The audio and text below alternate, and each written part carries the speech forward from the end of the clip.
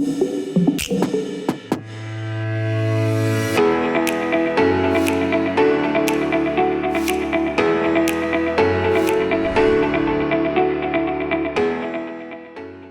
buenos días a todos y empezando con esta primera reunión de las infraestructuras biomédicas que estamos organizando.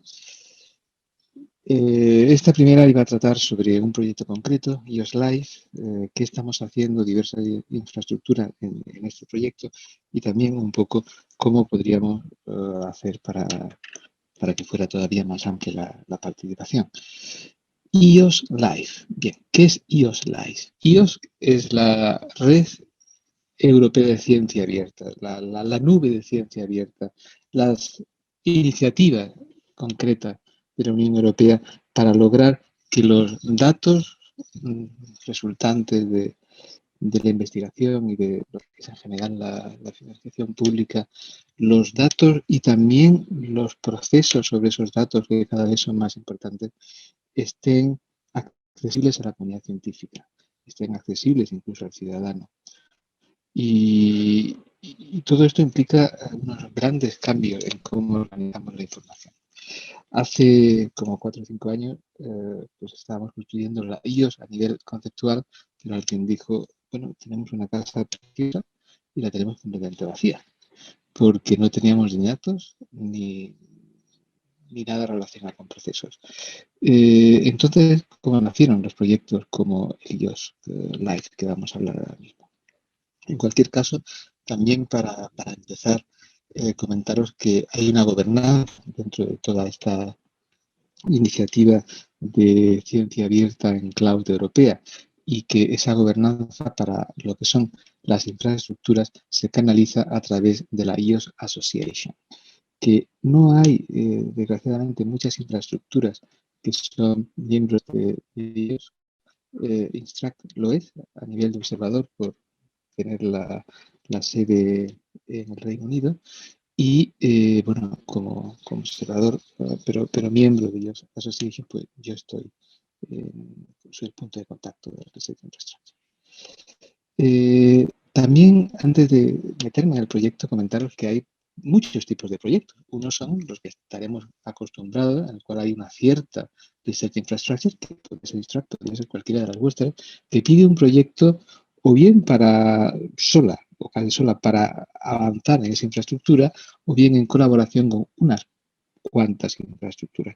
Pero después hay otra noción, que es la noción de los cluster projects, de los proyectos clúster de infraestructura, en este caso de infraestructura biomédica. Y eso es lo que es IOS Live. Es un proyecto de cómo hacemos que el conjunto de infraestructura biomédica, como un clúster, como un todo diferenciado, pero donde hay que establecer muchos criterios de estandarización, cómo todo eso se conecta a la IOS.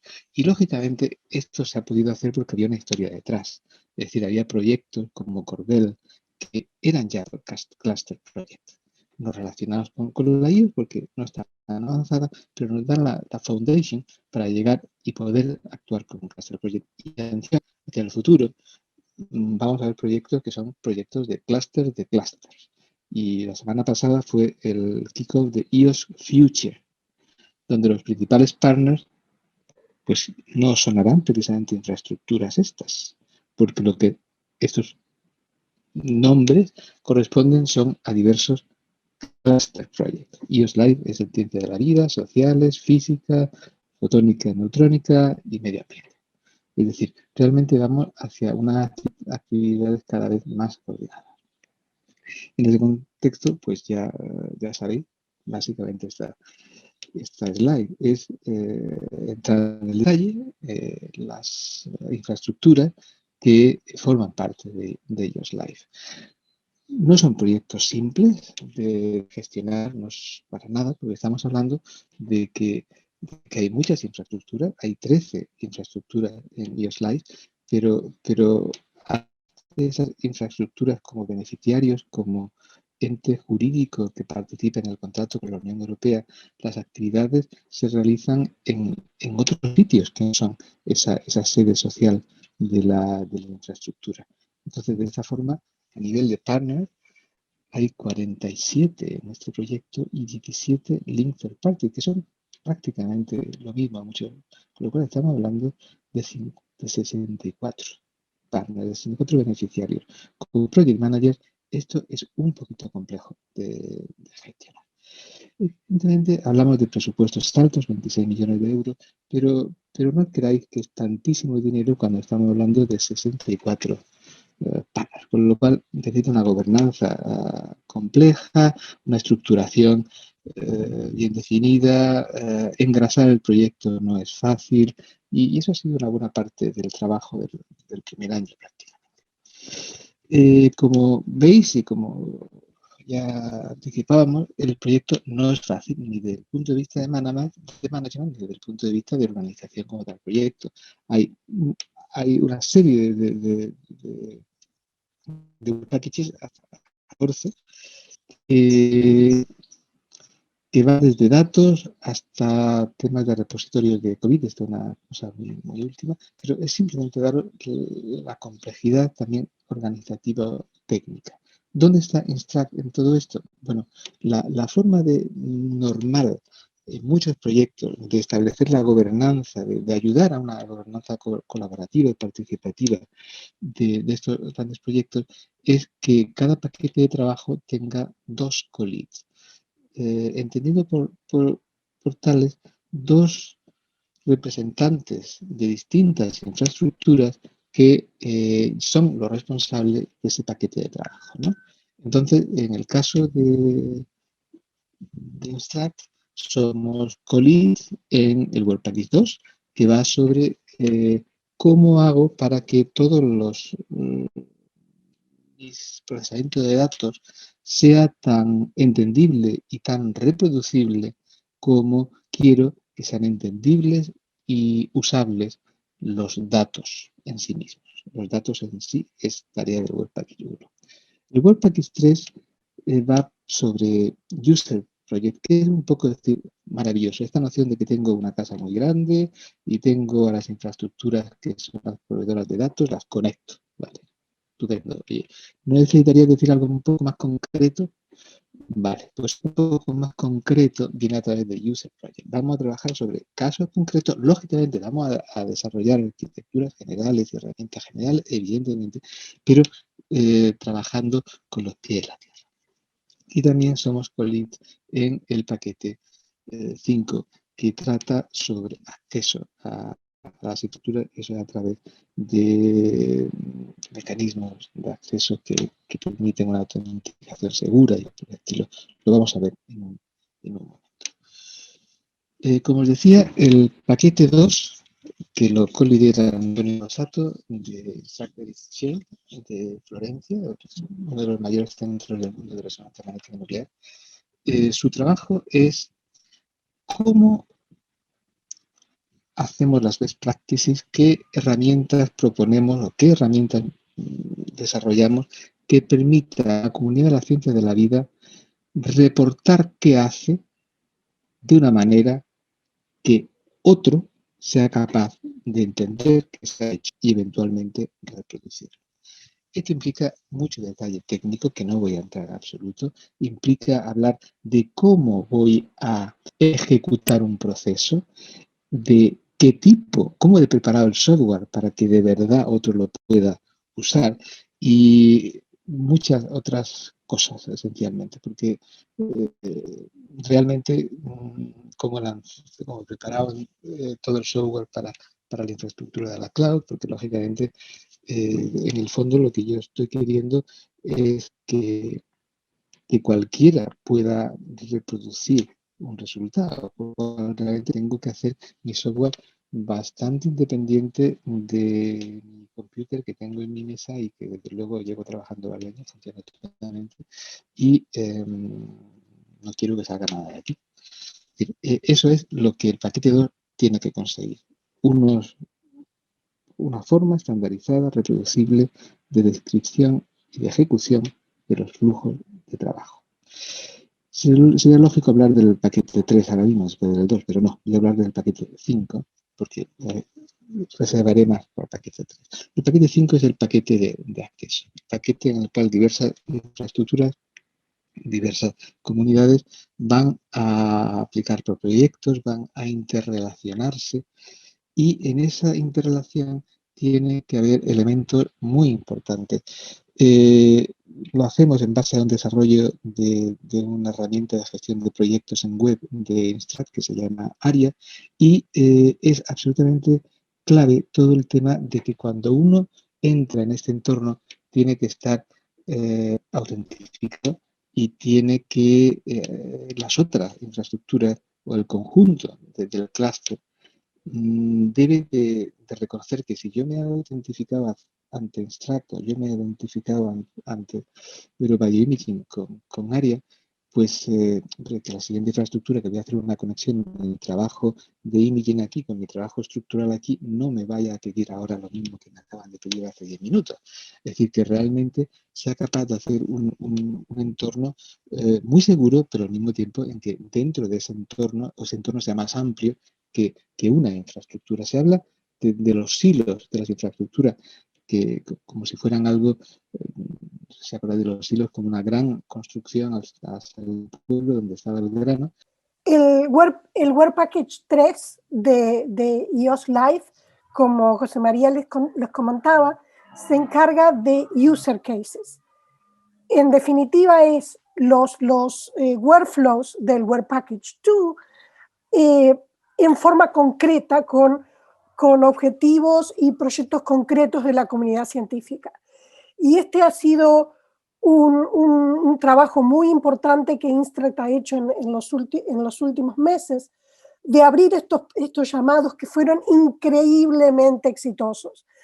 Se presentó una gran cantidad de proyectos de toda la comunidad científica que demostró no solamente que bien que se había presentado el llamado, pero también el interés de la comunidad en participar en iOS en general y en iOS Live en particular.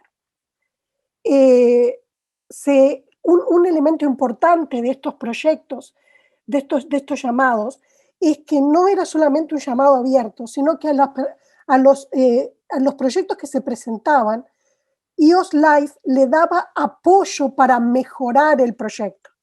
Uno presentaba un proyecto y después entraba en una serie de conversaciones con expertos dentro del proyecto para poder mejorarlo y usar toda la tecnología y el conocimiento del proyecto para mejorarlos.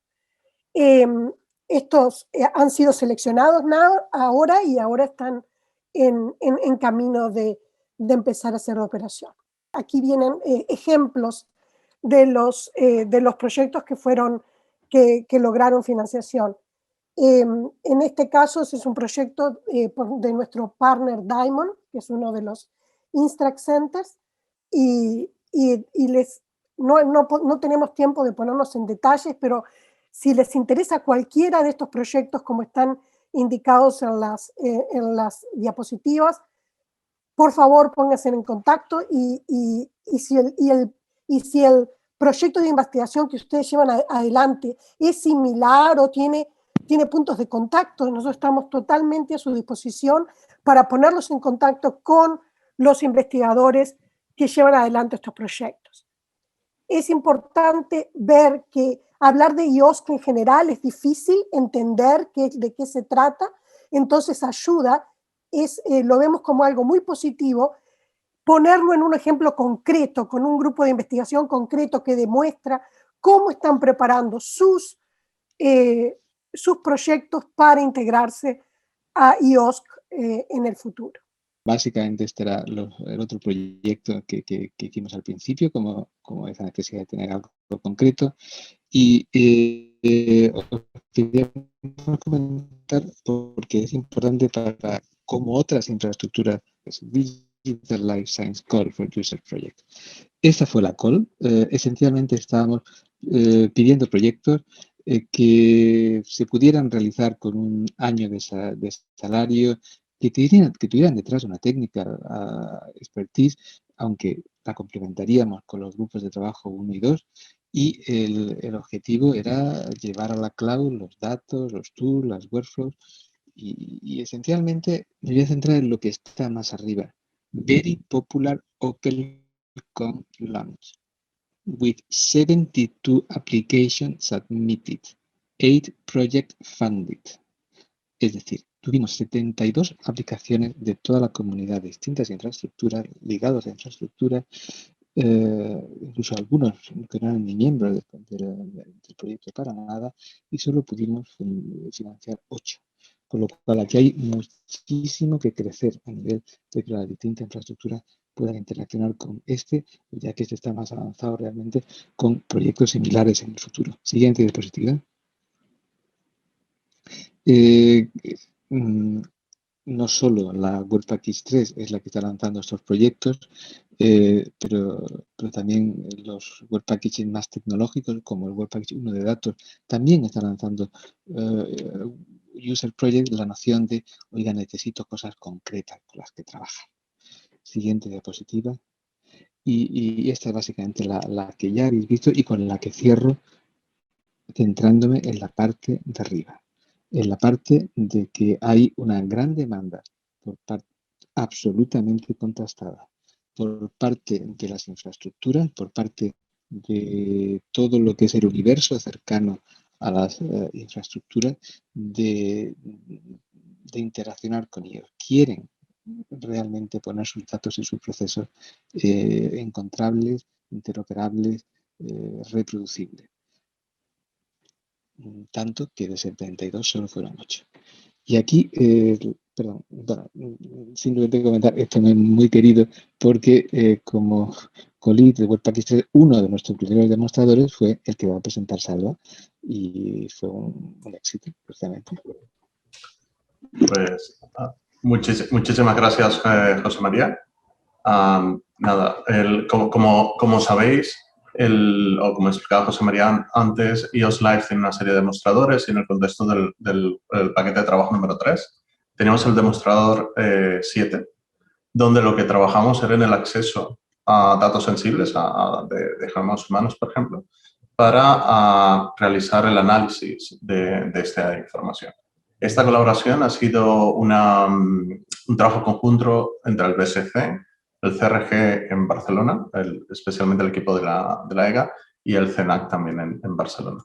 En este demostrador, la idea es, tenemos datos en la EGA, en la European Genome Phenome Archive, es un repositorio para manejo de datos seguros. Tenemos una serie de workflows que queremos conectar con la EGA y de forma que luego se puedan analizar en plataformas como ArdiConnect. En este caso concreto, ArdiConnect es una plataforma para apoyar la investigación de enfermedades raras. ¿Vale? Entonces, sobre todo en lo que es EOS Live, hemos estado trabajando en la primera parte. Cómo facilitar el acceso a estas infraestructuras de gestión de datos sensibles y cómo hacer reproducibles los procesos para el análisis. En concreto, y yendo a la forma más específica, esto es un demostrador muy sencillo donde lo que hacemos es acceder a genomas que están depositados en la EGA y analizamos esos, en este caso, exomas completos. Los FASTQs hacemos una serie aplicamos una serie de pasos para hacer un variant calling, una llamada de variantes en este contexto. En concreto, para nosotros lo relevante aquí es decir, bueno, nosotros tenemos datos en la EGA, luego necesitamos tener mecanismos de análisis de datos que sean reproducibles y que podamos garantizar la provenance. Porque muchas veces lo que hacemos es repetir los análisis que ya están hechos de antemano. Entonces, si de alguna forma pudiéramos saber exactamente cómo un análisis se ha ejecutado, podríamos saltarnos el paso de reproducir esos análisis e irnos en las aplicaciones posteriores. Evidentemente, lo que intentamos en el contexto de EOS Live no es solo decir, bueno, somos capaces de reproducir estos análisis, sino decir, señor investigador, aquí en un único enlace tiene usted toda la información de cómo se ha hecho este análisis, de forma que se contribuya a la provenance. Y uno de los mecanismos que estamos utilizando para esto es lo que nosotros llamamos Research Object Credit. O sea, esta tecnología lo que nos permite es justo tener en un único paquete, por decirlo así, todo el análisis que se han hecho. Es decir, inputs, outputs y contenedores software para reproducir el análisis y, por supuesto, lo que es el Word. Y nada, aquí tenéis una serie de enlaces a los distintos Hero Crates que hemos generado en el contexto de este proyecto. Por supuesto, para ser capaces de gestionar estos objetos digitales, en EOS Live se desarrolla el Workflow Hub, donde es un único sitio. En vez de estar buscando en toda la web, lo que hago es voy a un único sitio y encuentro estos enlaces. ¿Qué significa que podamos hacer los análisis federados y demás? Que, por ejemplo, podemos el mismo workflow, el mismo proceso, puede ejecutarse en distintas instancias sin la necesidad de mover grandes cantidades de datos a un único lugar, con lo cual esto nos permite, de alguna forma, lidiar o cumplir con las legislaciones existentes y demás, pero también tener mayor capacidad computacional. No es lo mismo hacer el análisis de 10.000, por ejemplo, el punto que tenemos abajo, ¿no? No es lo mismo analizar 10.000 genomas completos o exomas completos en un único lugar que tener 1.000 muestras analizadas en 10 facilities distintas. Sitios como el BSC podría ser capaz, o en otras instalaciones a nivel europeo, pero el hecho de poderlo hacer en paralelo nos facilita, primero, ser respetuosos con la GDPR y demás, y a la vez evitar mover grandes cantidades de datos, que muchas veces es cómo transmitimos estos datos, ¿no? Entonces, una gestión mucho más inteligente de estos procesos pues, nos permiten hacer mucho más rápido.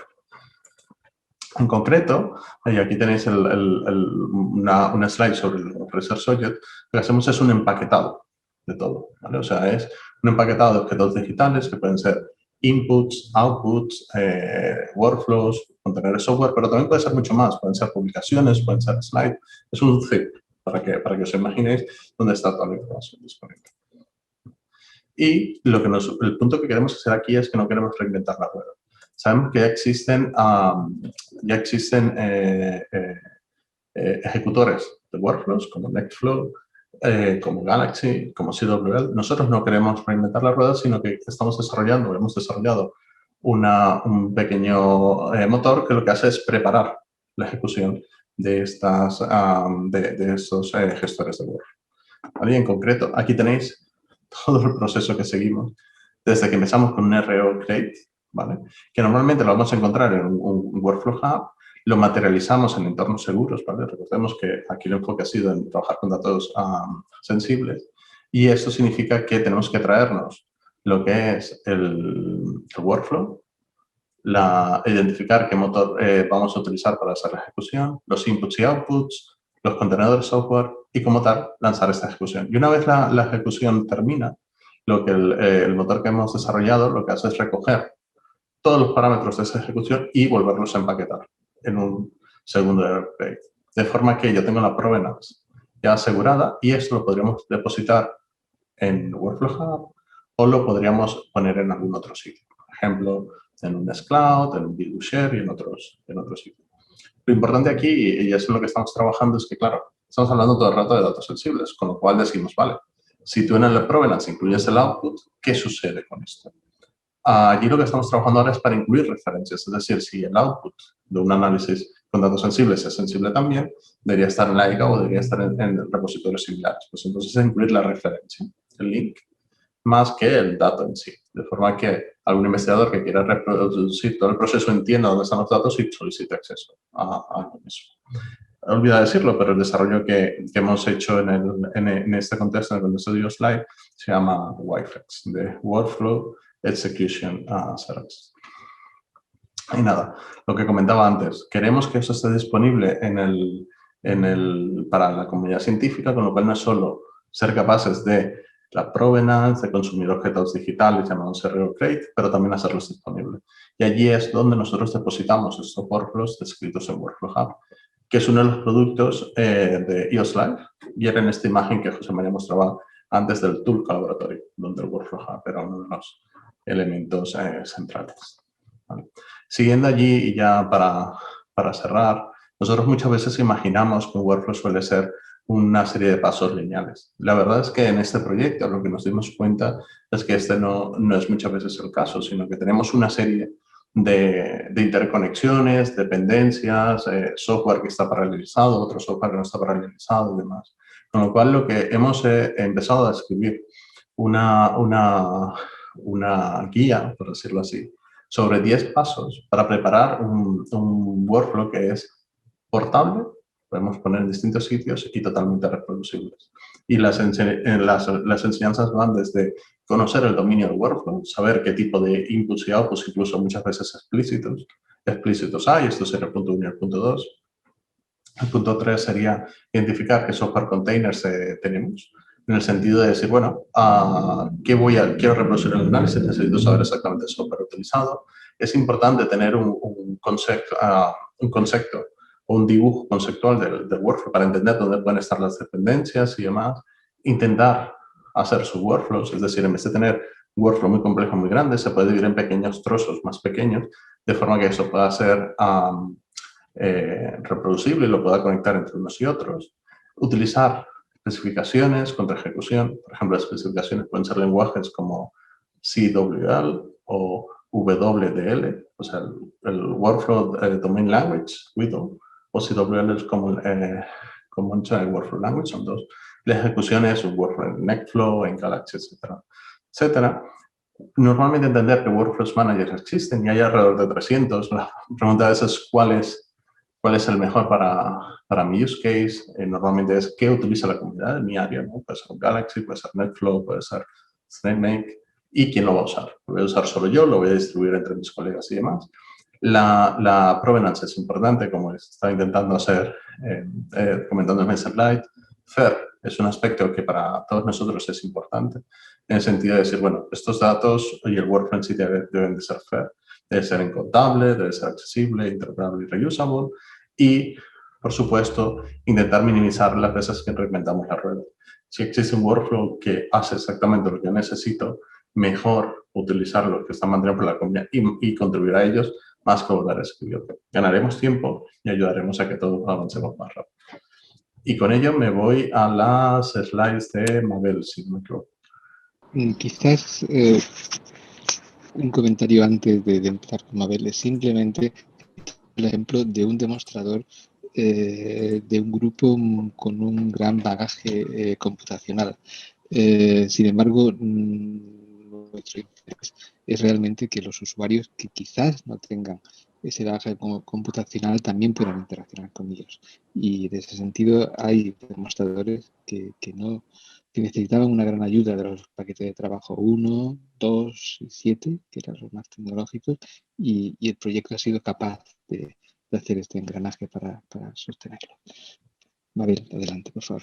Muchas gracias, José María y Salvador. Me parece que la van a cargar. A mí me han pedido una diapositiva de 5 minutos y voy a intentar hacer una diapositiva de 5 minutos porque realmente vosotros sois los que más sabéis de esto, ¿no? Bueno, pues como sabéis, yo aquí estoy representando a OpenScreen y OpenScreen es una de esas 13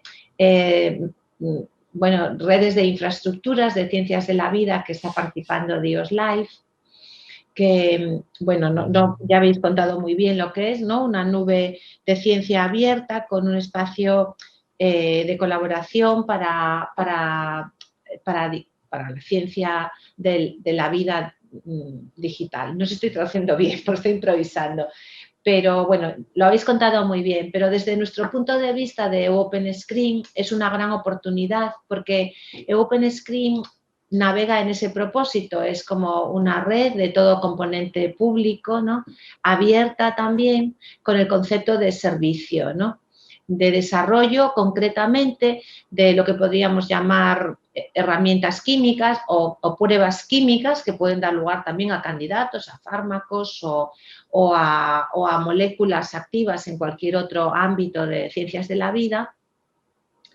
Además de tener esas moléculas, que es una librería, una quimioteca abierta, hace también codesarrollo. Dentro de OpenScreen hacemos de tecnologías relevantes en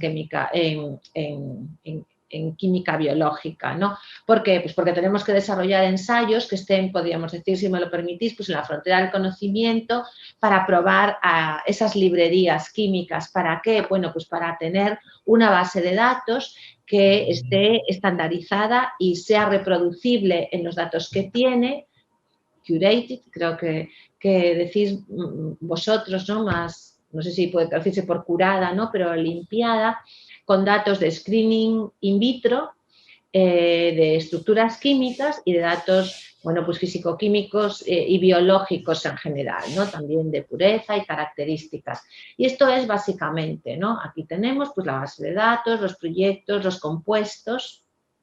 Tendremos una librería química anotada, estandarizada, abierta a través de, bueno, los sitios, los nodos, ¿no? Los partner sites, que por ahora tenemos nodos de screening con distintas capacidades, de más a menos automatización, en el sentido de que algunos son pues ensayos muy, pues a lo mejor primarios o muy sofisticados, y screening más automatizado para barrer, digamos, técnicas generales para toda la librería, y química, ¿no?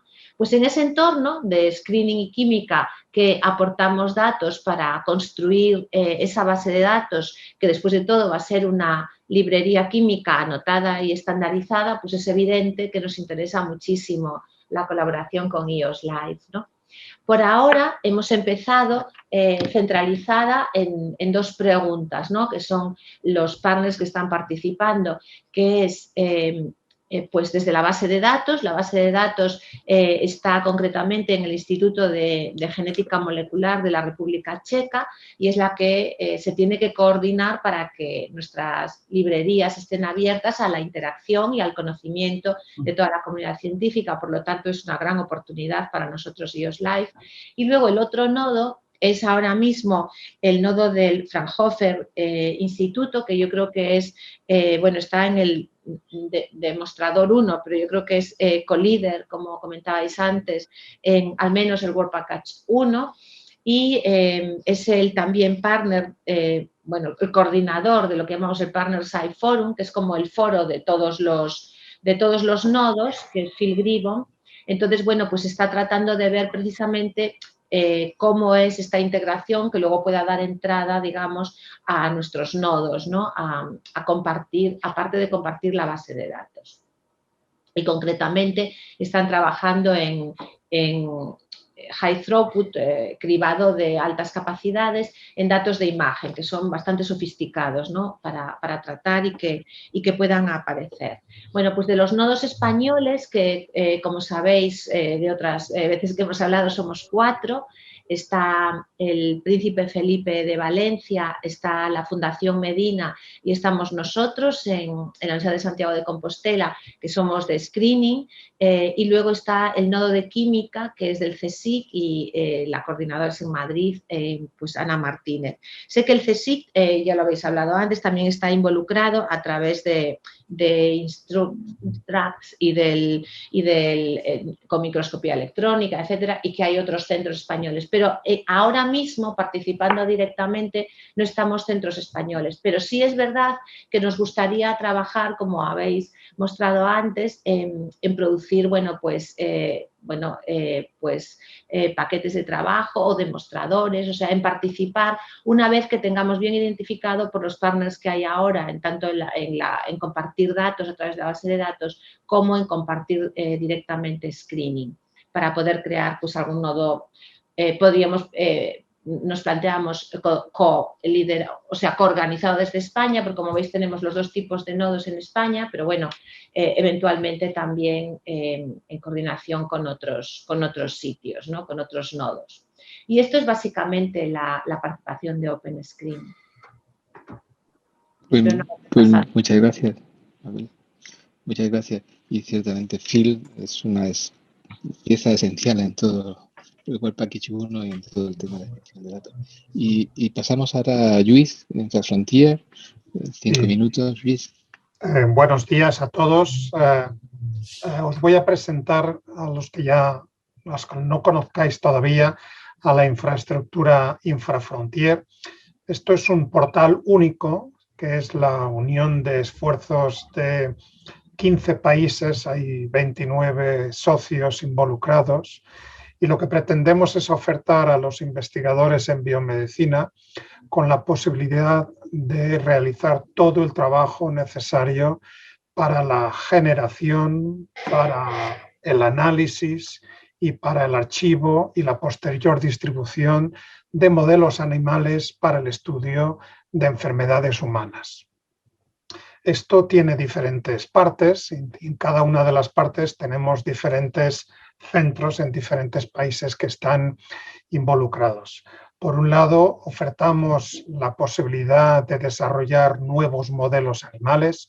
Cuando hablo de modelos animales me refiero fundamentalmente a ratones, pero también hay partners que están empezando a desarrollar modelos en rata como modelos alternativos que pueden ser de interés, sobre todo en temas de neurociencias, de comportamiento o de farmacología.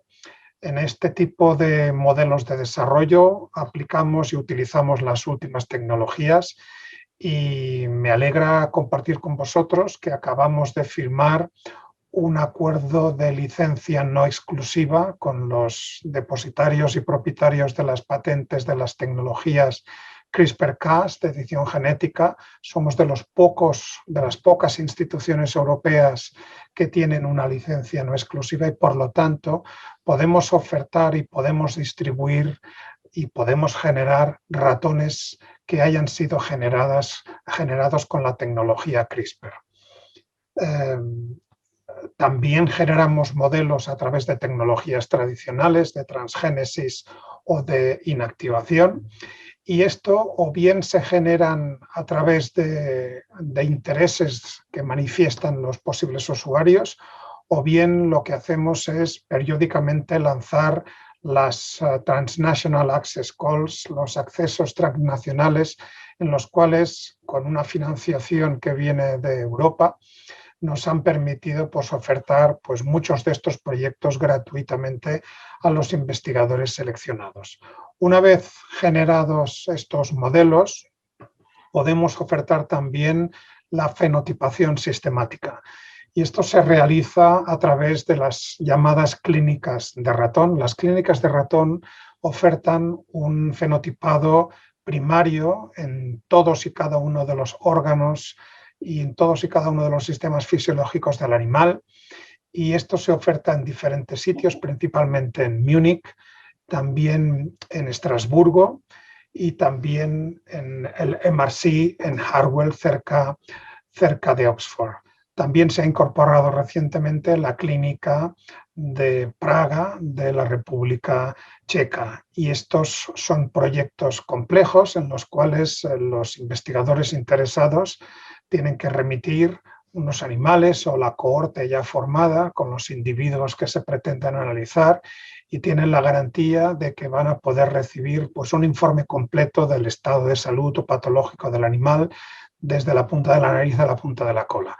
Prácticamente todos los órganos son evaluados con las técnicas y con los equipos más sofisticados. Y por último, y no menos importante, damos una segunda vida a todos los modelos generados y a los modelos depositados, porque constituyen nuestro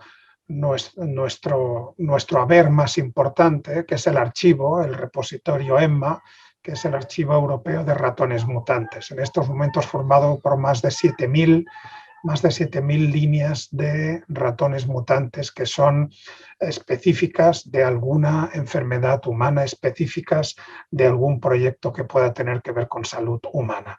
Aquí ya hay áreas terapéuticas específicas, como son las investigaciones en enfermedades raras, las investigaciones en modelos de cáncer, las investigaciones en modelos de envejecimiento.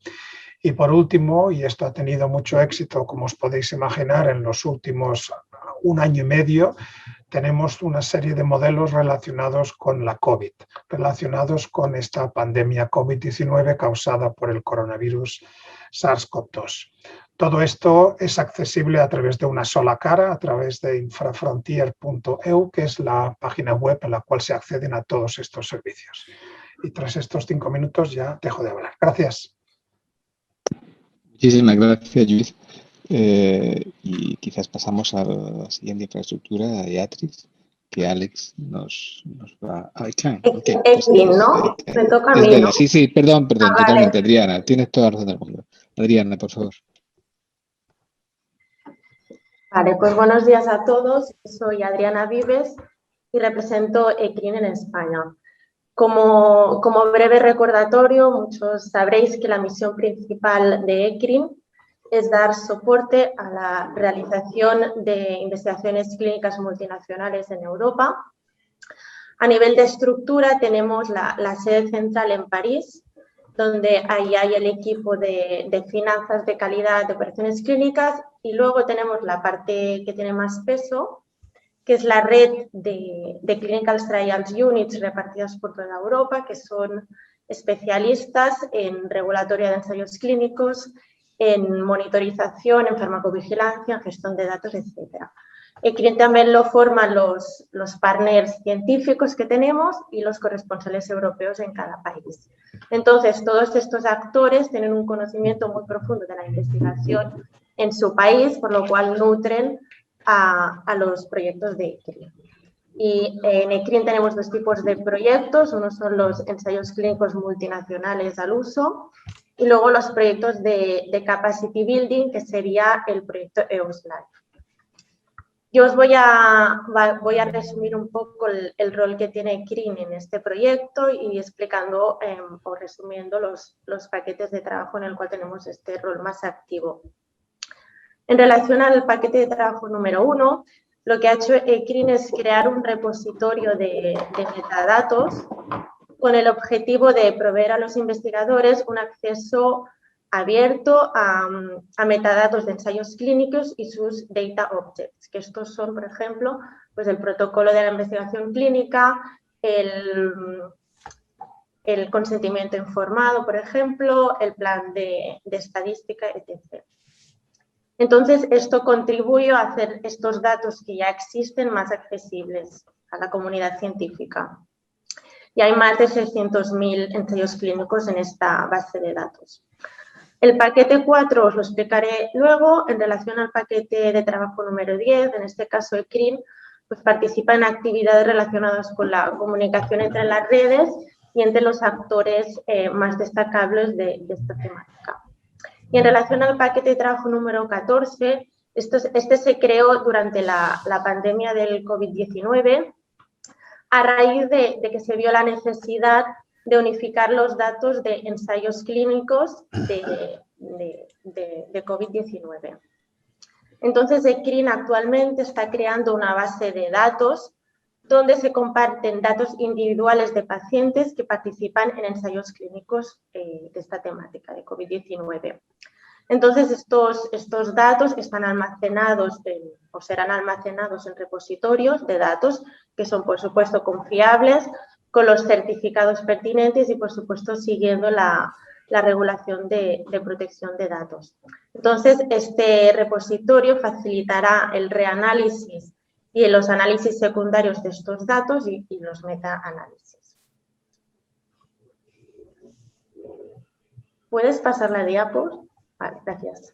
Y en relación al paquete de trabajo número 4, os resumo un poco los objetivos que tiene Ecrin en este paquete, que lo colidera con otra infraestructura que es la de BBMRI. El primer objetivo que tiene Ecrin es promover y mejorar las políticas paneuropeas, estándares y análisis de riesgos para asegurarse un cumplimiento adecuado de la regulación de datos dentro del proyecto EOS. Otra función que tiene Ecrin o objetivo es proponer y mejorar soluciones estandarizadas para trabajar en ambientes de múltiples fuentes de datos. Después, por otro lado, tiene como objetivo proponer soluciones que puedan habilitar bases de datos federadas seguras. Finalmente, otro objetivo es promover la integración y el conocimiento de tecnologías que mejoren la privacidad. Más en concreto, ahora mismo, Ecrin lo que está haciendo es trabajando con sus socios para mapear el estado el panorama en cada país en relación al reuso de datos de salud, cómo entender las implicaciones que tiene esto en cada red y también pues cómo está el panorama en cada país en relación a protección de datos, almacenamiento de datos, propiedad de datos y otras condiciones relacionadas con el reuso de estos datos en salud. Y finalmente, otra tarea que está haciendo ECRIN juntamente con otras redes es lo que se llama el Toolbox for Sharing Sensitive Data, que tiene como objetivo proveer recomendaciones, buenas prácticas, software y otras herramientas para investigadores que quieran compartir datos y también datos sensibles en la nube y apoyarlos en este tema. Y hasta aquí mi presentación. Muchas gracias por vuestra atención. Pues muchas gracias, Adriana. Y vamos a pasar a Alex directamente. Después tendremos un pequeño espacio de preguntas y discusión. Alex, adelante. Hola, buenos días. Bueno, yo soy Alex Sánchez y estoy aquí en representación de ATRIS. Para los que no la conocéis, ATRIS es una infraestructura que está dedicada principalmente a la traslación, es decir, a bajar la barrera o ayudar a bajar la barrera entre los desarrollos científicos y el que estos llegan directamente al paciente. Este es el objetivo principal.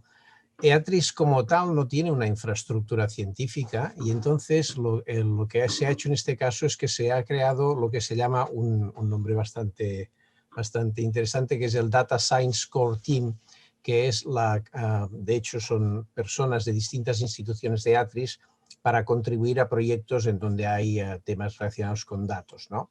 En este caso, pues este grupo empezó precisamente trabajando con EOS en las actividades que os describiré a continuación, es decir, que la implicación de ATRIS en la filosofía esta de ayudar a facilitar ha sido participar en alguno de los Work Packages, normalmente en cantidad pequeña, para ayudar a conocerlo y a difundirlo bien a la vez que hacer las contribuciones concretas, ¿no?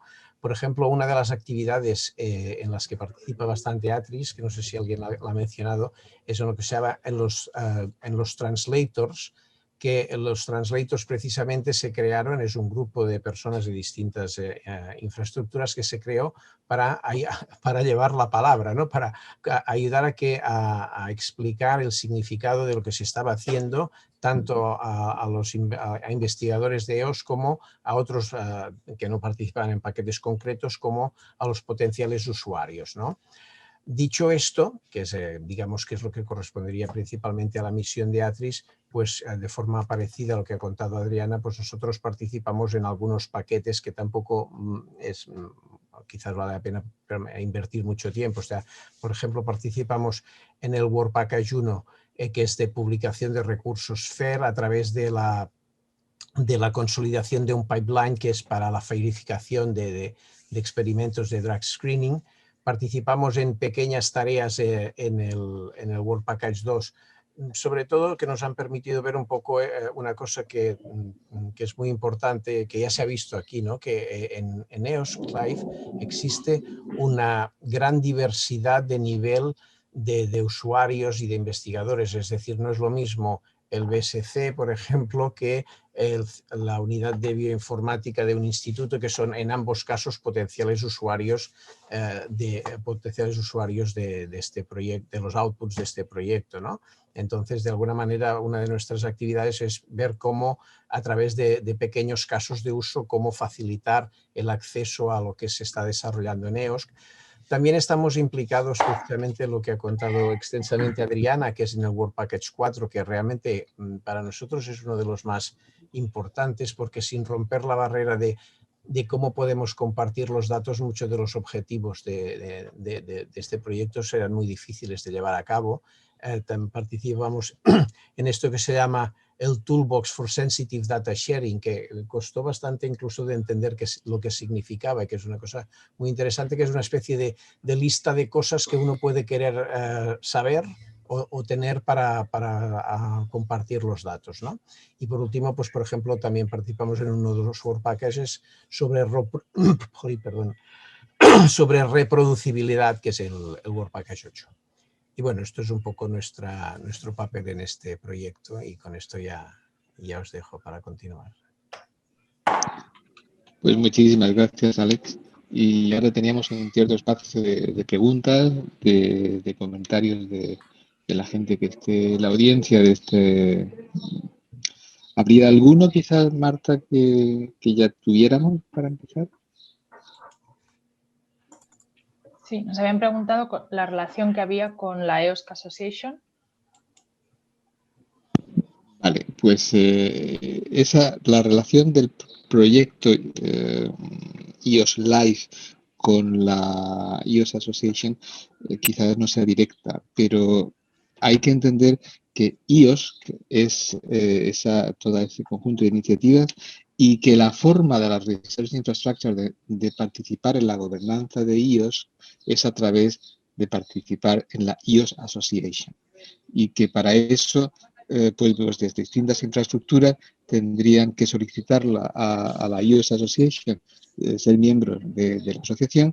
De esa forma tendríais voz y voto en la asamblea y en todos los órganos de dirección, que hay varias task forces sobre múltiples temas, y esa es la forma en que las infraestructuras llevarían su pensamiento, su forma de entender a los órganos de decisión de iOS, que están formados por una mezcla entre la European Union y los Member States y un conjunto más amplio entre los cuales están Research Infrastructure a través de iOS Association. Vale. También nos habían preguntado qué soporte ofrece EOSC Live a los investigadores o a los grupos de investigación. Pues mucho. Para empezar, y ahí Alex ha hecho un buen punto, el soporte hacia esos grupos y hacia nosotros mismos es a través de los translators. Es decir, como Alex bien ha dicho, tuvimos hace ya un poquito antes de la pandemia que empezar un nuevo conjunto de actividades que era explicarnos y explicar a los demás de una forma coherente qué es lo que era EOS y cómo era la participación de ciencias de la vida en EOS. Y después, el soporte lo hacemos de dos maneras. Una, el soporte más fuerte es a través de los casos de uso. Para aquellos proyectos que presentan infraestructura o no presentan infraestructuras, pero están relacionados tienen que tener un impacto en la infraestructura, que han sido esos 7 últimos que de la última convocatoria de Web Package y fueran 7, 8 también de Web Package 1, los 7 primeros demostradores. Todos ellos han tenido un soporte muy grande y están teniendo un soporte grande del paquete de trabajo de datos 1, Phil Driven, por ejemplo, el paquete de trabajo 2, el paquete de trabajo 7, todo lo que es cloudificación, todo lo que sea sensitive data, como bien Ken y Atris han puesto sobre la mesa, ese toolbox también tienen acceso, quiere decir que los ponemos explícitamente en contacto, que organizamos sesiones temáticas con ellos, con los... estoy viendo lo que les cuestionan. O sea, que no es que decimos que se tienen que poner en contacto, es que los ponemos en contacto y tenemos que terminar la reunión con claramente cuál es el punto de contacto de ese proyecto, de ese demostrador con el paquete de datos, con el paquete de workflows, con el paquete de clasificación, con el paquete de provenance. En ese sentido, eso es lo que hacemos. Uy. Datos clínicos para investigación transfronteriza es un tema muy espinoso, extraordinariamente espinoso. ¿Podéis compartir lo que hacéis? Yo aquí se lo dejaría a mis compañeros que están más o en temas clínicos o quizás Salva también ha tenido mucho que ver en lo que es trabajar con este tipo de temas, por EGA y todo eso. Salva, quizás tú pudieras comentar más sobre esta uso translacional de datos clínicos, los pequeños problemas que tenemos con eso. Yo veo algunas caras sonrientes en el chat. El uso de datos translacionales es muy complicado. Nosotros lo sabemos un poco desde el punto de vista de la EGA, del European Genome Genome Archive. donde se depositan datos y metadatos en las EGAs centrales, que hay una en el Instituto Europeo de Bioinformática y otra en Barcelona, en la CRG, y aún así no ha sido suficiente, por eso se ha ido a un modelo federado donde ahora hay instancias locales de la EGA que comparten metadatos para facilitar el discoverability y que el dato, por ejemplo, no pueda salir de determinadas jurisdicciones, que es lo que se suele llamar, ¿no? Jurisdicciones puede ser una institución, puede ser una región o puede ser un país, de acuerdo a la actividad. Dicho esto, hay otras infraestructuras de investigación, Atris, ECRIN y demás, donde lo que establecen es data hubs específicos por proyecto, que cada uno de ellos tiene las regulaciones y demás, pero bueno, los dejo a mis compañeros, no sé si Alex o Adriana quieren comentar un poco cómo ellos lo aproximan en ese sentido. En mi caso, yo no estoy trabajando directamente en este proyecto, sino mis compañeros de París, entonces realmente no te sabría ahora responder concretamente a esta pregunta. Gracias, Adriana. Alex, ¿tú querrías quizás comentar algo? Nada nuevo que no hayáis dicho vosotros, es decir, lo máximo que se podría decir es que estamos trabajando en ello, creo. O sea, aquí hay un montón de barreras que las más pequeñas son, en mi opinión, las más pequeñas son las técnicas, ¿no? Que no son... por lo tanto, este toolbox cuando hablamos de datos transnacionales, por favor. Habéis comentado en el Work Package 4 había un toolbox para compartir datos sensibles. Sí, fíjate, es buena. En este toolbox lo que estamos haciendo, o lo que se está haciendo, es intentar recopilar recursos informativos de software de todo tipo para ayudar a resolver las dudas que se generan cuando uno hace esta pregunta. Es decir, que una forma de intentar responder esta pregunta es decir, mirémonos el toolbox, es decir, pero no tiene las respuestas, ¿me explico? Es decir, lo que pasa es que, bueno, un poco decir, bueno, ¿cómo se puede hacer? ¿Qué regulaciones hay? Bueno, pues aquí se están recopilando las distintas regulaciones. Todas estas cosas es el objetivo del toolbox. O sea, el problema es la heterogeneidad, yo creo que el problema es la heterogeneidad con que nos encontramos, ¿no? Para mí es uno de los mayores problemas con que nos enfrentamos en estos momentos, no solamente en EOS, sino en la mayoría de los proyectos que quieren compartir datos. Por lo tanto, hay que seguir trabajando en ello. ¿Y cuándo estará disponible? ¿O cuándo tenéis El toolbox se puede, ahora no sé si voy a meter la pata, pero yo creo que ya se puede consultar en Zenodo. Lo que pasa es que todavía está en desarrollo. Pero seguramente la versión que hay en estos momentos en desarrollo se debería poder consultar. De todas maneras, como es uno de los deliverables del proyecto, pues entiendo que habrá un release oficial. Pero si alguien tiene interés, yo creo que se puede dar acceso, porque al final una de las cosas que se quiere es que sirva y por tanto lo que tiene que ser es ver si da o no da respuestas. Sí, yo en ese sentido creo que EOS Live es muy abierto, por lo cual otra cosa es que no estén todavía todas las respuestas que se quieran, pero realmente ponerse en contacto con, en este caso, los co-leaders del Work Package 4 o también del Work Package 6, me parece, ¿no? Serían muy obvias formas precisas y concretas de que os dé la información más actualizada y lo que hemos desarrollado hasta el momento y lo que no hemos desarrollado. Como bien decía Alex, aquí hay muchos problemas regulatorios y no es evidente que la parte técnica sea... En fin, tenemos que trabajar en la parte técnica junto con la parte regulatoria, evidente. Más preguntas.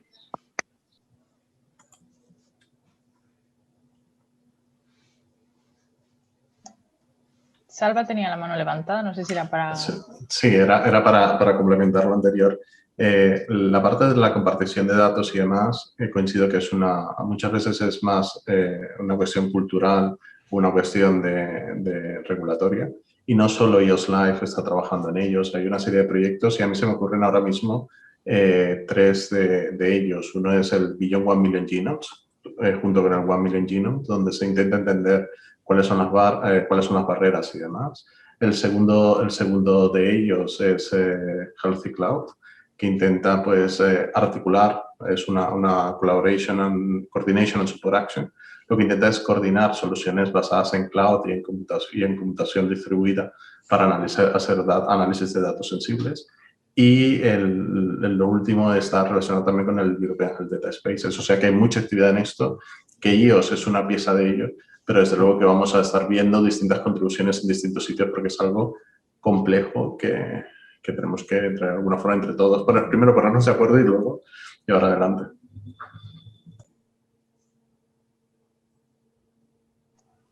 Yo cambiaría un poco el tema y entraría en otro que es cómo se puede participar en un proyecto como este si no estás al comienzo entre los ya muchos 60 partners directo y third party, link per third party y todo eso.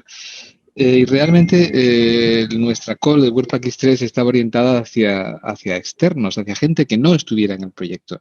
Os adelanto que hemos tenido muchos problemas a nivel de la relación con la comisión en cuanto a cómo se puede hacer esto porque es un tema que se llama técnicamente cascade funding. Significa que una institución que tiene un dinero lo pasa a otra en un mecanismo de cascada y esto es complejo, tiene que estar perfectamente autorizado en el contrato. En siguientes contratos, en algunos se ha conseguido, en otros no se ha conseguido y en cualquier caso de forma limitada. Y también que sepáis que a veces nuestras propias instituciones no nos permiten hacer muchas. Por ejemplo, en el Consejo yo he tenido que renunciar, aparte del presupuesto de Webpack X3, que tendría que ser Cascade Funding, por otra organización que pudiera gestionar ese Cascade Funding, aun cuando estuviera contemplado en el contrato con la comunidad. Por temas de que podía violar la competencia y la publicidad y tal y como se entendía y como se requiere en España.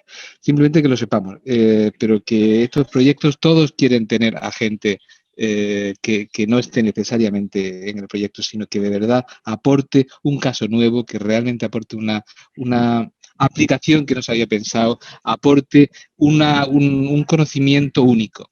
Que en ese sentido, chicos, hay que estar muy atentos en cómo evoluciona.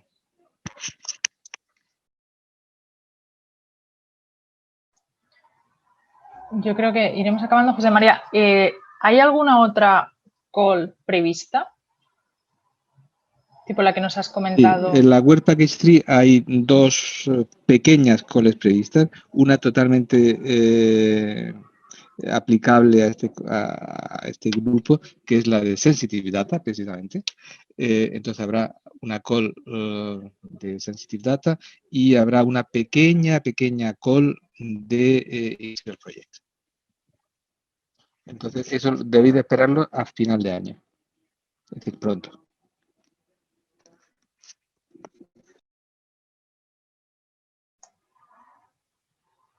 Vale, pues son ya las... Sí. Nos han pasado 10 minutos, no sé si quieres, José María, acabar de cerrar la jornada, porque parece que por ahora Pues no hay básicamente, yo creo que las podemos cerrar y daros las gracias a todos a la mañana de un lunes a las 9. Estábamos hablando antes de empezar. Hay que empezar la semana energético y esta es una buena forma. Y señores, que hay mucho por hacer en New York, que hay mucho por hacer en Research Infrastructure, que tenemos Horizon Europe, que va a ser una challenge en muchos sentidos y que adelante y trabajando entre todos. Muchas gracias a todos por vuestra participación y muchas gracias, Marta, y toda vuestra organización por soportarlo y dar tan buen apoyo. Muchas gracias.